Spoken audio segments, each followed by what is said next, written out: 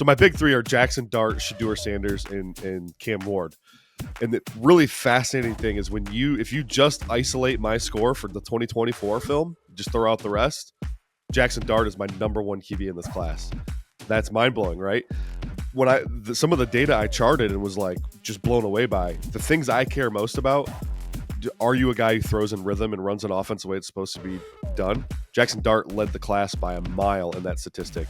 Production on 3rd and 6+, Jaxon Dart leads. Accurate throw rate, the one that mattered the most was under pressure. He was the most accurate thrower under pressure. Passer rating from a clean pocket's our most stable metric we have. He looks great there. Pretty much it came back that Dart led in every single category I care about the most. Turnover-worthy throw rate, hero throw rate, all that stuff. Like he's number one. So that's crazy. What? Why are you shaking your head? You're welcome.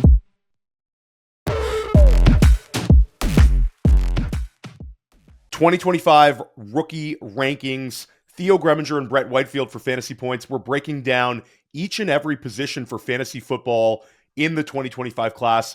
We are very excited about this 2025 class. Brett and I just got back from Mobile, Alabama. We broke down the Senior Bowl. Now we're going to break down the overall rankings. Brett, before we start, you've sort of been grinding the film. Your process is a little bit different than some in the fantasy football space. How does your process go? And what are a few things that maybe you do differently than other prospect evaluators? Well, first and foremost, it's mostly tape based, right? So I have a weighted scoring system. It works on a 0 to 100 scale. There's 4 weighted buckets: film, production score is data and analytics, athleticism, and intangibles. And so the film score, I'm looking for things like certain techniques and skills that players deploy. And I watch every single snap of a player's career. It's one of my rules about evaluating players. It takes me a little bit of time. I start grinding the tape in November, and I don't finish until the draft. So it's a long process. I basically sort players into positional archetypes, and then from there, I have benchmark traits and skills and techniques that I want to see deployed. From there, I score them based on all of those techniques and traits, and then I have a giant, formula that cranks out a 0 to 100 score when it's all said and done. All these different weighted buckets. When it's all said and done, it probably takes into account 50 different factors. And then I get that 0 to 100 score. And then within that score, I have, like anything higher than an 87.5 is considered a first round grade. Anything higher than a 75 is considered a day 2 grade. And then below that is a day 3 grade. So, and then there's round barriers within that as well, which we don't have to get into right now. But long story short, I watch every snap, and I'm it's a traditional scouting approach. I'm grading this based on traits and, how guys project to the NFL, what a developmental runway looks like, and all of that stuff. Absolute sicko mode to watch every single game of a player. I'm not going to get to every single game, but I've been diving into this class as well. I'm super excited about it. Brett and I have sort of been talking about this. Strengths of the class, great running back class. This is a year where if you're watching this and you're a dynasty manager, running back. And if you're doing early best ball drafts, there's some tremendous values at the running back position. Brett and I talked about like Ollie Gordon being running back number 49 on Underdog. Go get some. Let Brett and I know how that works out for you at the end of the year. It's going to work out pretty well. So, Brett, before we get into this, we're also diving deep into the NFL draft. And the NFL draft is going to reshape a lot of our rookie values. It's just as good as we think we are at evaluating talent, we're going to find out a lot of truths about these players in terms of draft capital as well. We'll have a little bit more of an idea after the NFL Combine. We'll get some athletic measurables that are invaluable. But when it's all said and done, it's that 3-day period in the NFL draft that's going to move the needle for a lot of guys, from the draft capital players get to the landing spots and the schemes that they get to play in.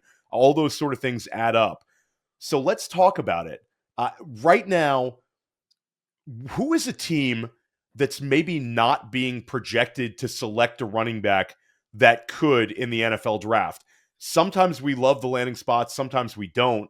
But this year it seems odd because a lot of people are penciling in the stud running backs to teams that need a running back.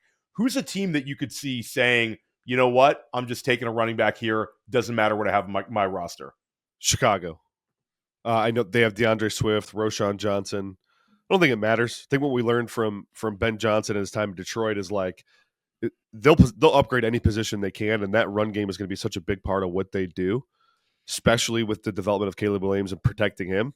Yeah, man, I think maybe people are projecting them to take a running back. I don't know. I think Janty, that might be his floor there is Chicago, or maybe even his ceiling. I'm not sure, but yeah, I think Chicago is the first one that stands out to me. Yeah, and I think they will. And I think that there's the picture that leaked on social media with Caleb Williams and Ashton Genty, and everybody's like sort of maybe associating them with taking him. Then you get there's like the little smoke screens and rumors coming out that Ben Johnson views Caleb Johnson as his David Montgomery in this offense. And that certainly seems like a good fit. So Chicago has 2 picks in the second round. So they could be a team that could maneuver and get to the back end of the first round, maybe get a Caleb Johnson. I love that answer. I'll say a little bit more sort of out of nowhere pick. New Orleans, who picks right before Chicago, just says, you know what, I'm taking Ashton Genty. We've been messing around for years here. It's been sort of a musical chairs of coaches now. It looks like we're not quite sure who's going to be coaching New Orleans next year, but Ashton Genty is the best player on the offensive side of the ball in this draft class. And New Orleans also might get boxed out at the quarterback position, sitting at 9. So I could see New Orleans taking Genty at 9 and sort of throwing everybody for a loop.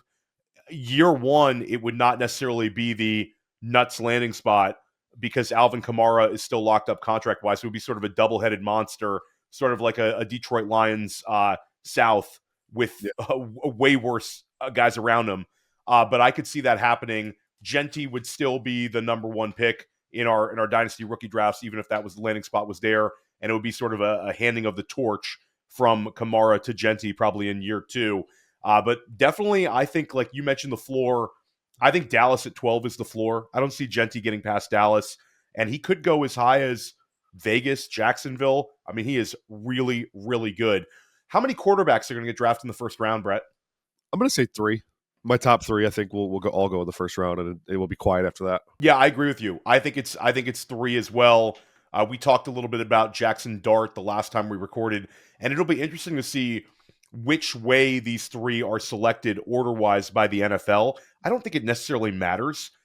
For us as fantasy managers, a lot of it's fit, guys around these quarterbacks, and immediate success doesn't always happen with the first quarterback selected. Look at last year. Jaden Daniels goes number 2. Caleb Williams goes number 1. Bo Nix ends up having a tremendous year. He was certainly drafted a little bit later. So I think it's going to be 3, but I do think that some people are not mocking all 3. I think for sure it's almost a lock at this point after the way Dart played down there. Let's keep this going.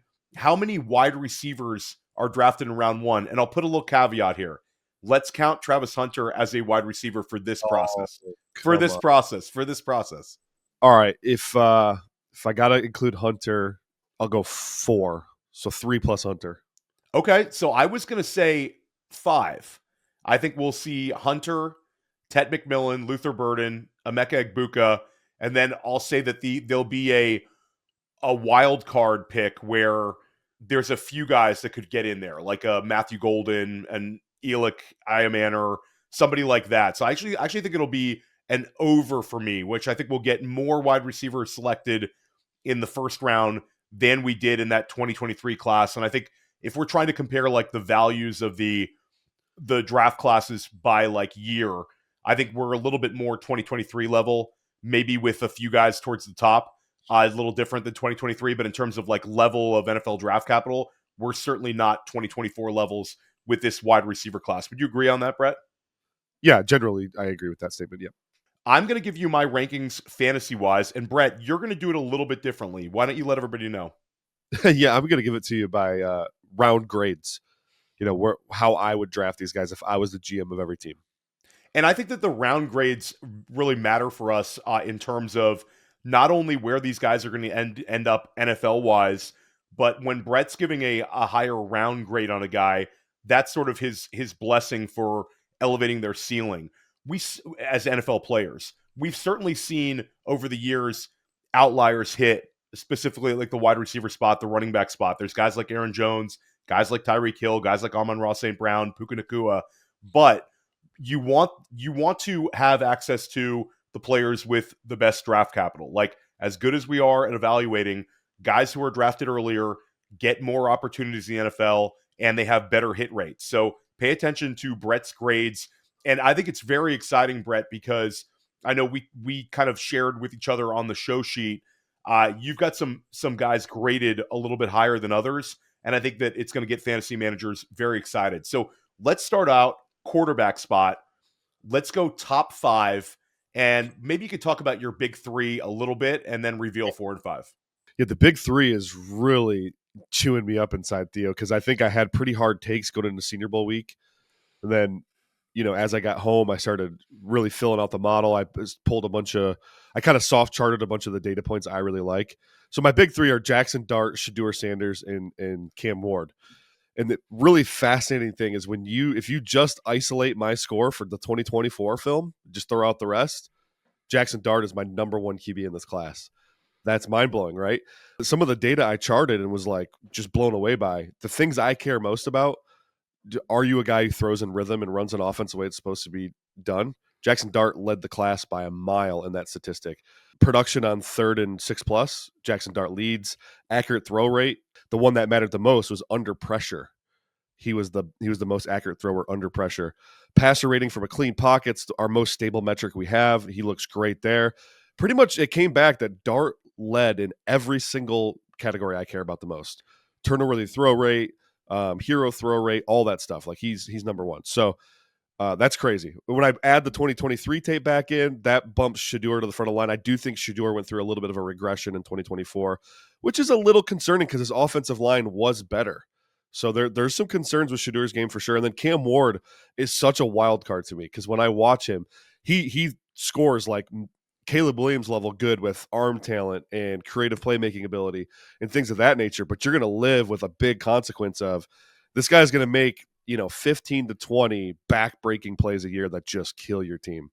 Until he gets that coached out of him, it's just really tough for me. And we see these guys that have trouble playing within structure. It's a recipe that hasn't worked lately. And I know we got Josh Allen and Patrick Mahomes, who are great right now, Lamar Jackson. But since that, we've been chasing the next one, and it hasn't worked. And so I worry about his profile a little bit, even though he did score just the 2024 tape alone. He did score as my QB2, actually, which also blew me away. Yeah, so I will take a chance here. I know you bring up certain red flags with Cam Ward, but Cam Ward for me is my number 1 quarterback. He's got absurd arm talent. I think athletically he's there. And, these guys with the gunslinger mentality, sometimes that really, really works out for us in fantasy football. Potentially can get you in trouble in terms of wins and losses. But as a fantasy football talent, I think Cam Ward for me has the highest ceiling of this class. And the numbers were outstanding this year for Miami. This is a guy who had 39 touchdown passes his only year as a Hurricane. Number 2 for me is still going to be Shedeur Sanders. We've talked about him now for like a year, Brett. Yeah. I think it's sort of a little bit of prospect fatigue. Sanders also has a ton, like you bring up the tape. Watching every game for Shedeur Sanders' career, that's going to take you an awful long time because he's got so many starts. Did it at 2 schools. This is a guy who took a lot of sacks, but also played with a poor offensive line. I think that will improve as a pro. And then for me, Jaxon Dart. I like Jaxon Dart. I just don't like him as much as the other 2. But I think all 3 of them are going to be top 12 picks in the NFL draft. So draft capital, I don't think will matter for any of them. So that's my big 3. We have the exact same 3. The order is different. We both have Sanders at 2, and we're flip-flopping Ward and Dart. Yeah, and like honestly, for the order, like these guys all score so close together. It sounds like I'm fence sitting, but it really depends on the team, man. If I'm like the Las Vegas Raiders, I look at Jaxon Dart as the guy that I want to run Chip Kelly's offense. That super vertical heavy, push the ball outside the numbers. We're going to have pro style run game and then hit play action shots. I want Jaxon Dart running that offense. But if I'm the Tennessee Titans, maybe I want Shedeur because I think Shedeur might be the best rhythm thrower in the class. He's the most accurate guy.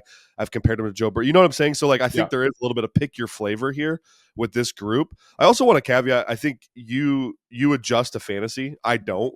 So, like, this is, fantasy-wise, I'm not going to disagree that Cam Ward probably has the biggest upside. In fact, Shedeur might be last if we're talking about it from that perspective, because Jaxon Dart's got really good legs as well and can Well, make stuff happen. not to interrupt you, but let's expand on that one, because I've heard some people sort of discussing, is Jaxon Dart's rushing numbers a result of the Ole Miss system, or do you think that that's a guy who could be an opportunistic scrambler as a pro?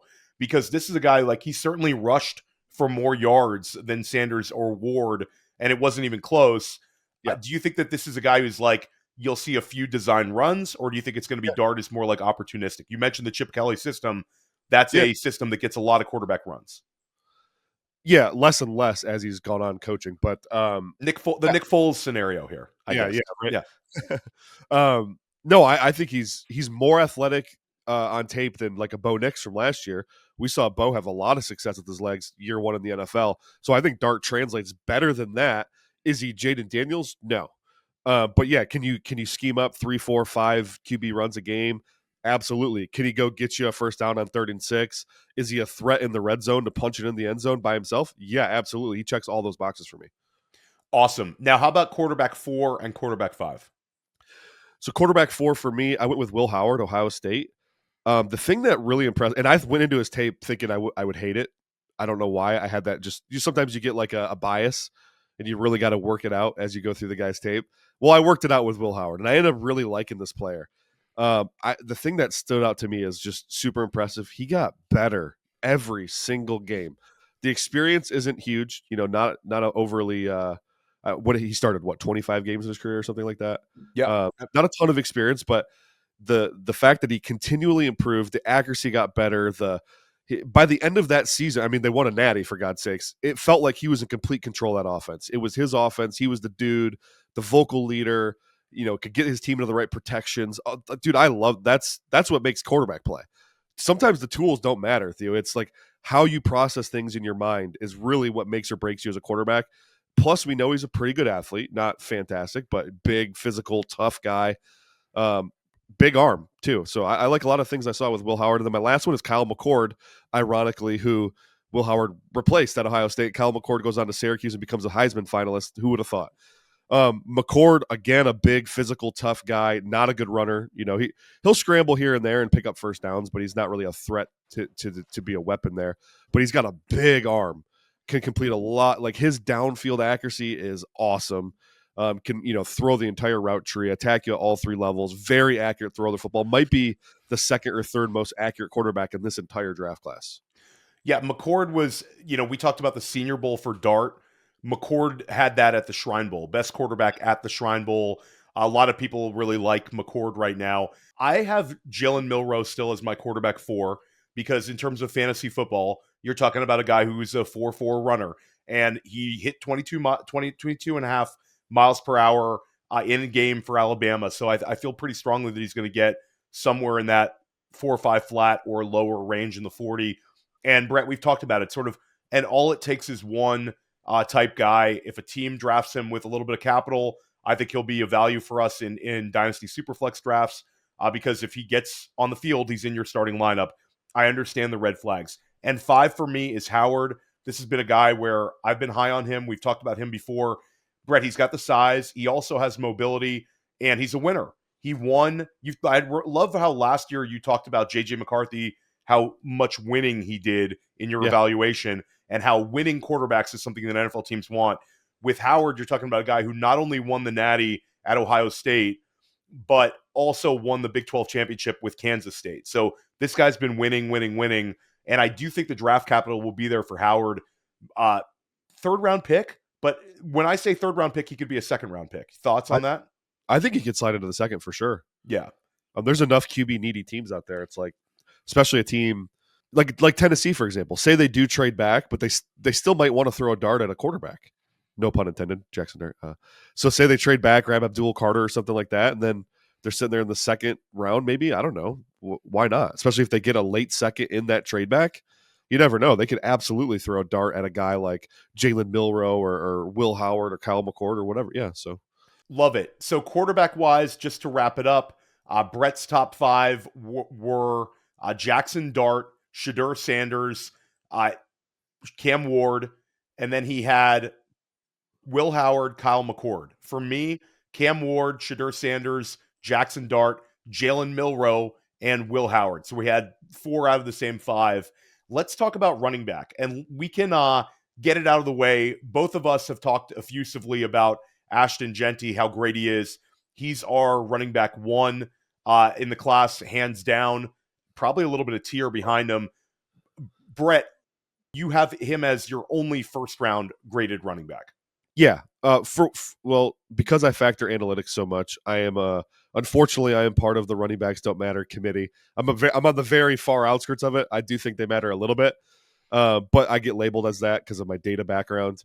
So yeah, it's really hard for a running back to score as a first round player in my system. That said, I do think when it's all said and done, Hampton and Johnson, Amari Hampton and Caleb Johnson will both finish with top 32 scores. So do with that information what you will. I'll have 20 first-round grades in this class, I think 19 or 20. So I do think they will still finish in my top 32 when it's all said and done. So I'm perfectly fine with the team drafting them in the first round, long story short. But they do have second-round grades.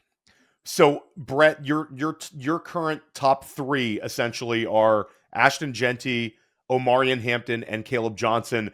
That's exactly my top 3 as well. And I agree with you that I think that one of these guys is going to get inside of the first round, because I think when you talk about it, you're talking about ideal size, you're talking about 220 pounds, the ability to handle volume, athletic, and home run hitting ability. And you have a bunch of running back needy teams. And, I'll push back on the running backs don't matter crowd is taking some L's right now because Saquon Barkley, Derrick Henry, and Jahmyr Gibbs and Bijan both hit big time. So I think that getting elite running back production will be in vogue for at least 1 or 2 of the next drafts, and NFL teams know that this is a very strong class. Let's keep this going because you have 4 more running backs that'll close out your top 6. These guys are all second-round graded running backs. Yeah, we got Quinshon Judkins from Ohio State. Another just complete player. He might not have that top end, 23-mile-an-hour speed to really break off some long ones, but he's a finisher. He does everything well. He's agile. He can make guys miss. He's physical, can catch, can pass pro. Love everything about him. Then I have Ollie Gordon, Oklahoma State. He's another one where I didn't think I'd like the tape. The more I watched it, the more I loved him. The dude has rare movement skills for that size. So I think the NFL, also he's the prototype guy that NFL teams love. They never let these guys fall. Never. And then we have Martinez from Miami. Why am I forgetting his first name? Is it Devin? Damian. Jeez. My brain is fried. Sorry. Well, that's what happens, Brett, when you watch every single game tape. The names start moving together. You're not wrong. Damian Martinez from Miami. Another guy, just big, physical. He weighed in a little light at the Senior Bowl compared to what he was listed at, 222. Still big, though. Rare, super rare cutting ability and make you miss moves for a guy that size. I've comped him to Steven Jackson. I think he has that upside in the passing game, too. And then lastly, Devin Neal.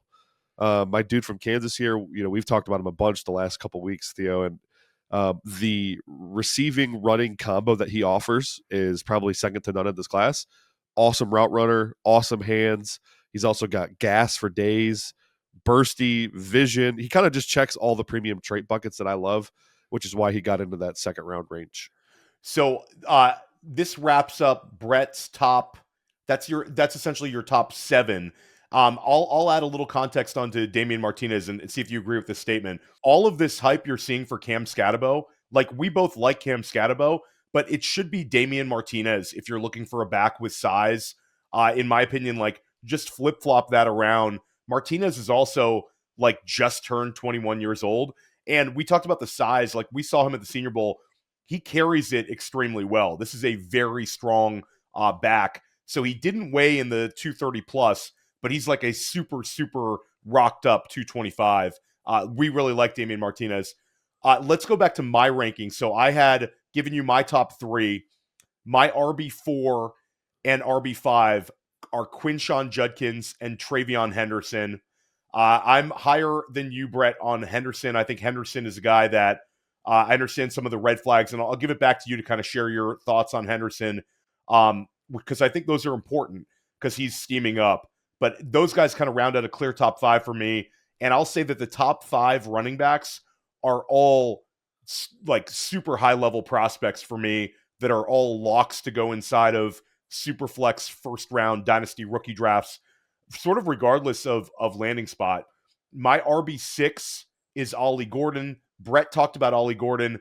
The feet were incredible when you saw him in person. Moves very, very well, and he just completely looks the part. He's like a Najee Harris-sized running back.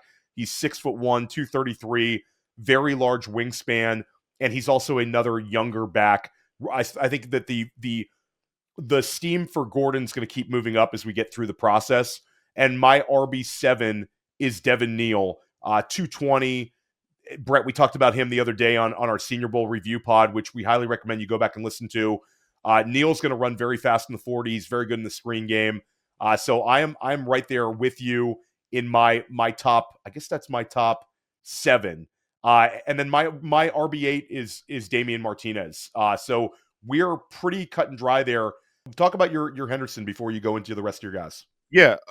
So if I look at ceiling outcome, he for sure would be worth a second round pick. I think for what I see on tape, though, and assuming he doesn't have the best developmental curve ever, I see a guy who lacks vision. And so you pair that with, like, you love the explosiveness, you love that home run hitting ability, but when you pair it with vision, I had similar thoughts with the kid Miami drafted last year out of Tennessee. Jalen Wright. It's like perpetually running behind soft boxes, 5 and 6 man boxes, but couldn't find a gap to save his life. Henderson's vision's not that bad, so don't freak out right now. But I do see vision concerns sometimes. He'll run right up the back of an offensive lineman for literally no reason. But the gas is there for sure, and he can make guys miss. But for me, it's the vision concern and the availability concern. He's always dinged up. Always reminds me of DeAndre Swift. Doesn't play particularly well when he plays injured as well. So I think he leaves a lot of meat on the bone in that regard. I also have concerns in pass pro. I'm not going to kill him for that because, like I've preached religiously, pass pro is not a thing they learn in college. That's a skill you learn after college. So, yeah. Those are the big things. I like him though. I mean, I love Dylan Sampson, who I see that you have to talk about coming up here. I love Sampson, and I got Henderson ahead of him. So, like, people are going to see me having Henderson as my RB10 and a third round grade and think I'm a hater. I do really like him, and there's other very good backs that didn't make this list. Just to throw this class is literally insane. I mean, there's so many good backs, it's crazy. Yeah, it's actually like it's really, really difficult. Once you get past, for me, like Devin Neal, I could have included like 4 more guys in the top 10, Exactly. guys that we would have really loved to talk about. But again, we'll have plenty of time this offseason to dive deeper into the running back class. 2 more guys to talk about. Talk about Woody Marks and LaQuint Allen, 2 big-time pass-catching backs. Yeah, exactly. You nailed it. Big time pass catching backs. The thing with both of these guys, so like you get to a certain point where when a team's drafting in that late second to third to early fourth, it's like, well, what do we need and what do we like in the backfield? You know, those are the two things. So, like, again, like quarterback, it's going to be a pick your flavor. A team very much might prefer a Henderson over one of these guys, but they might need the pass game juice, so they'll go with the Woody Marks. But Woody Marks and LaQuint Allen are the 2 most accomplished receivers in the draft. I really liked Woody Marks. Finally got a role as a runner this year, and he showed out pretty good. Really good burst, good vision. Doesn't have the best make you miss stuff though, Theo. So he's real, like, boom or bust kind of runner, not overly physical, great receiver. LaQuint Allen, the only real thing with him that's a concern is he doesn't have a NFL running back frame. Like, he weighed in fine, right? 207 or whatever it was, or 212 even. But he just doesn't look like he's skinny. Like, he looks like a wide receiver. And so you worry, like, I know he was a bell cow at Syracuse. Can he go be not even a bell cow in the NFL, but can he be an RB1? I'm not sure. I'm not sure that his frame will allow him to do that. But he is an elite receiver, awesome route runner, great hands, and he has legit make you miss moves. He reminds me of Kerryon Johnson. I've been invoking that name since before the Senior Bowl there. So yeah, and both of those guys are very exciting. LaQuint was one where didn't do a whole lot day 1 at the Senior Bowl.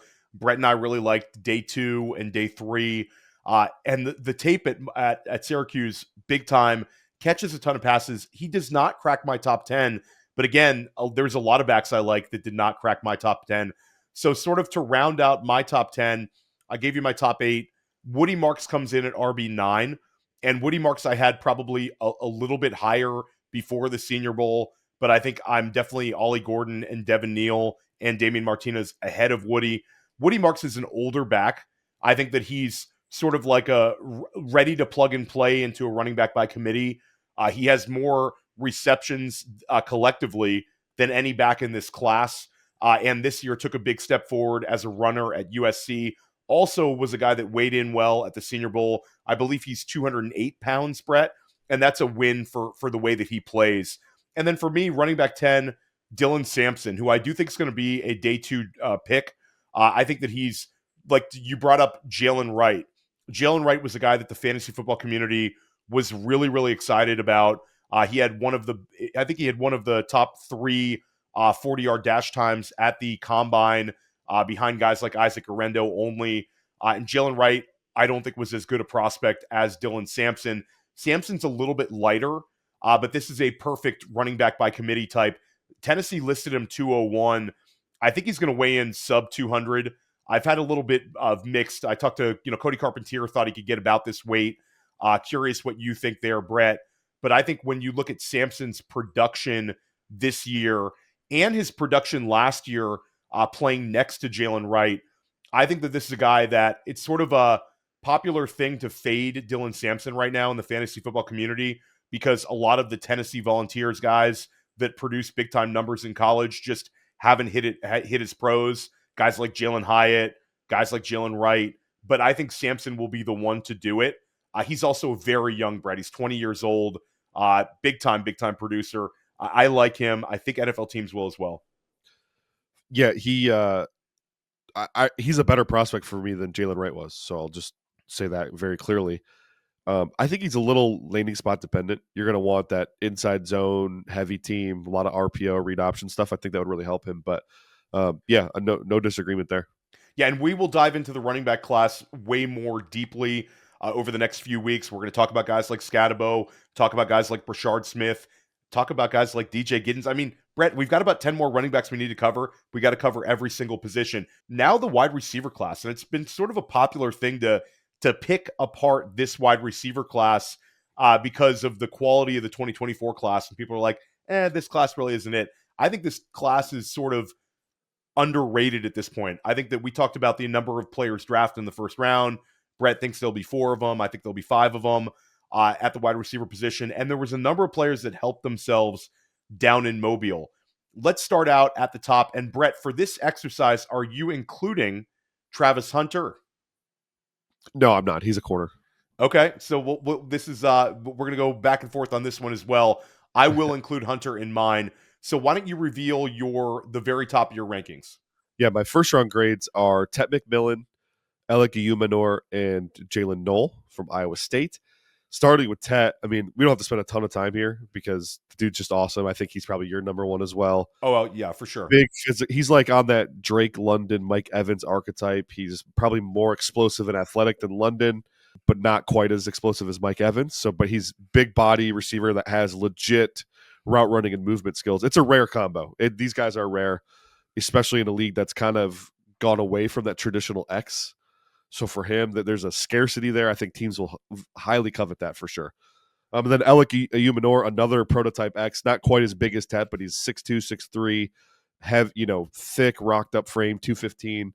Missed him at the Senior Bowl, unfortunately. He pulled out, but I don't think this guy lacks a single trait. I think he's awesome after the catch. The body control, ball tracking, route running, hands, it's all there. He has some weird concentration drops, but it's his hands are pretty good. The technique is good from what I see. And then Jalen Knoll, man, we've waxed poetically about him, so I won't spend a lot of time here either. If you haven't checked out our Senior Bowl recap vid, please go do that. He was one of our biggest risers in that video. But Knoll, I didn't intend on it happening this way, but he scored like real fringe first round grade for me. It's not like a firm first or anything like that, but it was right there on the cusp. So he does everything you look for in a prototype slot guy that can also play on the outside. He's got enough juice to win vertically, but he's great after the catch, won't drop anything. Awesome route running as well. He's a legit technician. Yeah, and the production's there as well. So like a lot of people are like, maybe it's too much of a Senior Bowl rise for Jalen Knoll. I think that the market will get there. And I think you need to pay attention when Brett gives these first-round grades on these wide receivers. I know last year Brett was ahead of everybody in the fantasy football community on Ricky Pearsall and where he would get drafted. Some had Pearsall getting drafted in like the 3rd round, the 2nd round. He ends up being a 1st-round pick. So Brett's usually pretty spot on with his wide receiver round grades. For me, my top 3, Ted McMillan at easy 1. And then I'm going to put Travis Hunter in there. I'm going to silence all the haters out there who want to label Travis Hunter as a cornerback. He's going to make an announcement. He's a wide receiver. He's a wide receiver first, and that's the way I'm going to treat him until we get this like negative news. Again, it's a very frustrating profile for people doing early best balls if you potentially have an early dynasty startup, because I could get burned here. But pure talent-wise, Travis Hunter would be my number 2 wide receiver in this class. So I'm going to put him at wide receiver 2. He's sort of like a Garrett Wilson wide receiver. He just happens to be like a Jair Alexander level cornerback as well. So big problem there. But do the right thing, Travis Hunter. Tell everybody you want to play wide receiver in the league. Wide receiver 3 for me, Emeka Egbuka. This has been a tough one for me to rank wide receiver 3. But I think Egbuka, you've compared him to a Rashee Rice in terms of stylistic comp.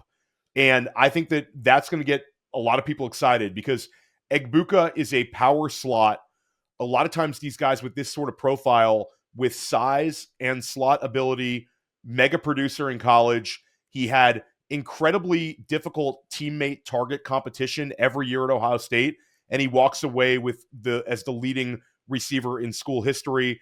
Egbuka's going to run well. He's got yak ability. He's got red zone ability. Like, I just am into Emeka Egbuka, and I think that he is a very safe player to draft as well. So he is my wide receiver 3. I know we don't want to extend the pod too long. Can I ask you a question about Travis Hunter really quick? Ask me. Are you willing to at least say there's no chance he plays both? I think he's going to play both, but I think that the way that I'm viewing it is he will be I think that the way that we were looking at it for the last few months was he's a shutdown cornerback who's a situational pass catcher. Like, how situational? I think that there were people that are saying that he was going to be like a 30% snap share as a wide receiver, but I think it's going to flip. I think he's actually going to be on the field a ton as a wide receiver, and I think that he'll be a situational corner. Maybe he comes in and plays 3rd downs. I understand that he's a unbelievable prospect at cornerback, but my focus here, Brett, is on fantasy football first and foremost. And second off, players get paid more as wide receivers. So if it's a financial decision for Travis Hunter, the chances of getting a mega deal at wide receiver is a lot more prevalent than with cornerbacks. Now, maybe he's the type of player that breaks the mold and gets that second contract that's like insane numbers. But I think at the end of the day, I'll go sort of an anti-football, pro-fantasy take here. Travis Hunter will play wide receiver, and by the time the NFL draft comes along, I think that'll sort of be the take. I also think that he's a true outlier in terms of athleticism. We see it with the amount of snaps that he played at Colorado. So, Brett, we've seen it before. All it takes is a innovative coach to really embrace this slash type model, and maybe it's unsustainable for a long time. But I do think that there are a few NFL coaches that are looking at Travis Hunter and saying, I'm going to try to play him as many snaps as possible. And I have self-preservation as a head coach. I want this guy to get the ball on offense and do things like he did at Colorado. Led the Big 12 in touchdown catches, led the Big 12 in receptions, outproduced Ted McMillan in those. So I don't want to pour water on the idea of him playing wide receiver. There's a chance he plays only wide receiver. I don't think there's a chance he plays both, not in a meaningful way. He definitely won't be a full-time wide receiver and a part-time corner. That won't happen. There's a chance he's a full-time corner and then comes in for the occasional screen or jet sweep or decoy. I've talked to several NFL coaches who have told me there is no chance he plays both. No chance. So now listen, I'm not saying he won't be a wide receiver. He very well might make the same call you just said. I'm going to make more money playing. I will say, though, he'll get more draft capital as a corner. He'll be a top 5 pick if he's a corner. He would not be a top 5 pick if he's a wide receiver. So, but I think he'd be a top 10. I think he's a top 10 pick as a wide receiver. I don't think so. You don't think so? No. So this one, let us know what you think in the chat here. Team Theo, Team Brett on Travis Hunter. It's a little bit of I'm wish casting this a little bit. I'll give that one a little bit. Let's reveal your round 2 wide receivers. And I think that this is going to be sort of a very this class is better than some people think from Brett. You had 3 wide receivers graded as round 1, but you have more round 2 grades on the wide receivers than I think a lot of people do at this point, and a couple of names that I think people are not necessarily projecting to be round 2 picks. Yeah, let me this class is deep to me. What we lack in top end talent, we're getting depth. Jack Bash, TCU, we've talked about him so much. I'm not gonna spend a lot of time there. He's a do-it-all player. He profiles as a power slot that can also win on the outside. Great. Matthew Golden, Texas wide receiver. This guy's an elite route runner, really good downfield threat. In fact, he's a better downfield receiver than A.D. Mitchell, than Xavier Worthy, than Isaiah Bond combined. He was awesome for them. So Matthew Golden's great. Emeka Egbuka, Ohio State guy, you've already talked about. You nailed his profile. Rashee Rice type. I keep hearing he's going to run really, really well, which wouldn't necessarily surprise me because he is an Ohio State guy, and they have track speed, even if it doesn't translate to the field. And I don't see like elite speed with him on the field, but I do see a good athlete, really good ball control or ball skills, body control, really high football IQ. He is, a guy who he's got a knack for breaking down zone coverages. He understands route concepts, the way they're supposed to work. Awesome threat after the catch. So really similar to Rashee Rice there, maybe a more juiced up version of Rashee. Savion Williams, TCU, the other TCU wide receiver, really weird production profile. And I've made the claim TCU, like we should launch a federal investigation into why TCU could only get this guy 610 yards receiving last year. Completely criminal. He has everything you want. 6'5", 230, super sick athlete. Does everything well. Jalen Royals, another guy we spent a lot of time talking about, Utah State, so I won't do a ton. My working comp for him right now, Theo, is he's somewhere between, like if you drew a string of 2 players, Deebo Samuel and Amari Cooper, he is somewhere in there. He is the route running chops of Amari Cooper, which is scary to think about if you pair that with, because the one thing Deebo Samuel's never been good at is running routes and getting open versus man. If Royals can do that and then give you like 60% of Deebo after the catch, we're talking about a dynamic player, maybe worth more than a second-round pick, if we're being quite honest. Rounding out my round 2 grades is Luther Burden. Another one, people will call me a hater because he's my wide receiver 9. There's a lot to like about Burden. There's a lot to not like about Burden. Really good athlete, twitchy, kind of quick mover, gadget player. You can scheme it up for him. He'll produce similar to Xavier Worthy last year. And guess what? His deficiencies are similar to Xavier Worthy as well. He can't track a deep ball, Theo. Has no idea how to find the ball in the air. It's a big problem. Any vertical route or horizontally breaking route at more than 10 yards depth, he really struggles getting separation. Most of his production profile is flimsy. It was either schemed up or, purposely mismatched schematically to get advantageous alignment. So, yeah. Anyways, I like Burden. I don't like him as much as consensus. That's okay. I can live with that. I think he'll be a fine NFL player. Yeah, so that wraps up your top 9. Yeah. Why don't you just round out your top 10, Brett? Isaiah Bond. And I don't love Bond's tape. He scores well for me in traits that what I call premium traits. He's a math changer. So if you're a team playing, that traditionally likes to play single high, if you're going against Isaiah Bond, you got to make a decision because he's going to cook you. He'll beat you deep. He'll get open. He struggles tracking the ball sometimes as well, which is kind of funny. But man, he's got that vertical speed. He can stack and deliver on the outside. I like some of his press releases. He's got some work to do there, though. Long story short, he's a math changer. Those guys normally score well for me.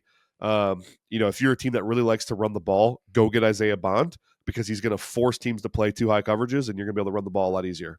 Yeah, so Isaiah Bond, I think that when we're talking about Bond, it's like you have to have him inside this top 10 because he's going to get drafted highly, and he's also, I would predict, he's the wide receiver that has the fastest 40 time at the combine. Like it's sort of been, he's in that mix of guys. If he's not the fastest 40 among all the wide receivers, then he'll be top 3. Just off the cuff question, because Bond's one where people will definitely call you a hater on Burden, and then the Isaiah Bond pro argument crowd will call you sort of a hater on Bond as well.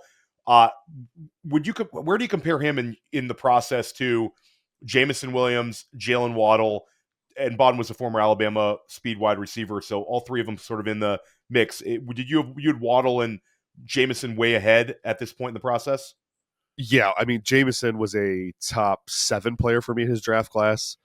Waddle was a top 6 player for me in his draft class. So completely different level prospects here. So say no more. It should kind of be a wake up call to some of the Isaiah Bond could be one of those guys. I'll speed up mine. I have again Tet McMillan, Travis Hunter, Emeka Egbuka. I have Luther Burden as my wide receiver 4. I will be higher than Brett on him. I think he's going to get very good NFL draft capital. I think we did see the production as a true freshman, as a true sophomore, and I think athletically, this is a guy that compares to to a DJ Moore. So I'm going to be higher on Burden. Elik Iamaner, we've talked about him on multiple podcasts now. We're both very, very high on him. I have Matthew Golden right behind. Then I have Jalen Knoll, our riser from Iowa State. Jalen Royals from Utah State. Jack Betch comes in next. Then I have Trey Harris from Ole Miss. I have Jaden Higgins. And then I have Isaiah Bond. So that sort of wraps up our wide receivers. Quick thoughts on Trey Harris, Brett, because he did not make your top 10. And a lot of people are very into him in fantasy football. Yards per route run guy, and 1,000 yards in like 8 games this year for Ole Miss. Yeah, the production was nuts, right? And people really gravitate towards vertical skill sets. He had a lot of production on vertical routes. So I think that's why people are in on him. I see a guy who's really stiff at the hips, not a good route runner, and probably doesn't have the ability to get a lot better there, which scares me. He's also, this is a 5th year, right? 5th year senior. He was Louisiana Tech before Ole Miss. Yeah, not that I ever really care about that, but when I see a clear deficiency in your game and then you have a what I call a physical limitation to prevent you from getting better there, that's a little concerning for me. He'll probably still score as a late 3rd round pick for me, or 3rd round player for me. I'm just a little lower on him than consensus right now. Yeah, and I think this is an interesting one because it doesn't, not to get on a full like tangent here, but we're less concerned about early entry wide receivers in fantasy football since the rise of the NIL, guys getting paid to stay in school. We don't need to worry about it as much, but when you're looking at Trey Harris, you're looking at a guy who's going to turn 23 years old before the NFL draft, whereas a guy like Matthew Golden is going to be 21 years old until like the end of August. So I've seen sort of the Golden versus Harris argument coming up in fantasy football circles. We are both going to be on Matthew Golden right there. Brett, we're going a little long here, so let's do our tight end top 5. Why don't you reveal the entire top 5? Yeah, so I have 1 first-round grade, that is Tyler Warren, and then I have Colson Loveland, tight end from Michigan, Elijah Arroyo, tight end from Miami, Gunnar Helm, tight end from Texas, and Mason Taylor, tight end from LSU. Real big notes here. Warren being the only first-round grade, it's because he's a do-it-all guy. NFL teams will love this dude, the mentality. They will line up for this guy. Brock Bowers was the 13th overall pick last year. I see Warren going in a similar range. And in fact, the lack of talent at the top of this draft could push Warren ahead of where Brock Bowers went, even though Bowers is probably a better prospect. That said, I think like Warren to the Colts at 14 makes a ton of sense to me. Colson Loveland and Elijah Arroyo, I don't have first-round grades on, but just like that running back conversation, I see them probably both ending up in my top 32, and I think they probably go – there's a chance – one of them's for sure going in the first round. There's a chance both of them do, and I actually think 3 tight ends will go in the first round. Loveland to the Chargers at like 21, whatever that is, makes a ton of sense, obviously, low-hanging fruit. And then Arroyo maybe to the Chiefs at pick 31 or 32. That would get the community excited. That would be nasty. So love all those guys. And there's, different flavors once you get past Arroyo. Helm is more of a yak, seam ball threat. Mason Taylor, more of a prototype inline guy who can kind of do a little bit of everything. No, I love it. And I think we're pretty much in lockstep. I do think that Warren is not as good as Brock Bowers, but I think he'll get drafted earlier than Brock Bowers. And we see this happen in the NFL all the time where there's going to be teams that are like, why didn't I just draft Brock Bowers? Yeah. So especially in a year where there's not as much high-end QB talent, I think Warren's going to end up being a top 10 pick. And I think that will actually help Colston Loveland because a bunch of the teams that have been sort of associated with Warren will consider Loveland as well. I think Loveland ultimately will be a top 20 pick. I think they'll both be top 20 picks. So Loveland, for me, he's also 20 years old. So it's not necessarily a position we need youth, but Loveland has some room to grow. Loveland's my tight end 2 behind Warren. Elijah Arroyo, we've talked about extensively on our Senior Bowl recap. He's awesome, and we both think he's going to absolutely crush the NFL Combine. And then for me, I'm sticking with Harold Fannin Jr. Unbelievable production. I understand that there's guys like Helm, guys like Mason Taylor that might get drafted ahead of him, but I think strictly for fantasy football, Fannin has a lot of potential as a move tight end who could catch a lot of passes. And then for me, my tight end 5 is Mason Taylor. He's an absolute unit. We talked about him as a Senior Bowl winner as well. He's sort of like a guy where you watch Mason Taylor, he's going to be a starter long-term in the NFL. Great lineage there. And I like Gunnar Helm as well. I could have easily put him in the top 5. Quickly, your thoughts on Fannin Jr., if anybody didn't see or listen to our Senior Bowl show. Yeah, tight end's one of the strongest positions in the draft. So just because I don't have Fannin Jr. in my top 5 doesn't really mean much. I do have a little bit of concern compared to you, where I think the size to speed ratio isn't there for me to be an elite, pass catch weapon in the NFL. He's small, 230, and I don't see that 4.5-ish speed that you want out of a elite pass catching tight end. I see more probably low 4.6s, which it's not a deal breaker by any means, guys. I'm not saying that. I just think if we have to ultimately, ceiling a lot of times is what breaks some of these ties, right? So like if I'm comparing him to a Gunnar Helm, I think Helm's ceiling might be a little bit higher. So I'm going to go Helm over Fannin Jr. That's really it for me. I like him though. He'd probably be 6. If we did 6, he'd be my 6th or maybe 7th. So yeah, so we're pretty close to the tight end position. Last question, and before we wrap it up, who's a player, Brett, that's going to wow people at the NFL Combine athletically? I'm guessing Savion Williams will be that's my answer as well. Yeah, I think overall he'll just be the biggest riser through the process, where literally no one is talking about him right now. Yes. And I think he ends up in the second round. So Savion Williams is 6'5". He's like 220, and he hit 22.5 miles per hour, 600-pound squat, 355-pound bench, and power cleans 350. This is like a Cordero Patterson type athlete, but bigger. So this is definitely an exciting one. I'm Theo Gremminger with Brett Whitefield. Brett, what do you have coming up? Yeah, stay tuned for the prospect guide, right? That comes out. First edition will come out soon. Mock Draft 1.0 is out on the site, fantasypoints.com. Go check that out. And then First Read Podcast. Find me on Spotify, Apple, NFL First Read. Joe Marino's my co-host there. We talk ball. It's not fantasy related necessarily, but there's a lot of fantasy takeaways from the show just because we're talking ball at a high level, breaking down X's and O's and bringing a lot of data to the table as well. So those 3 things, check it out.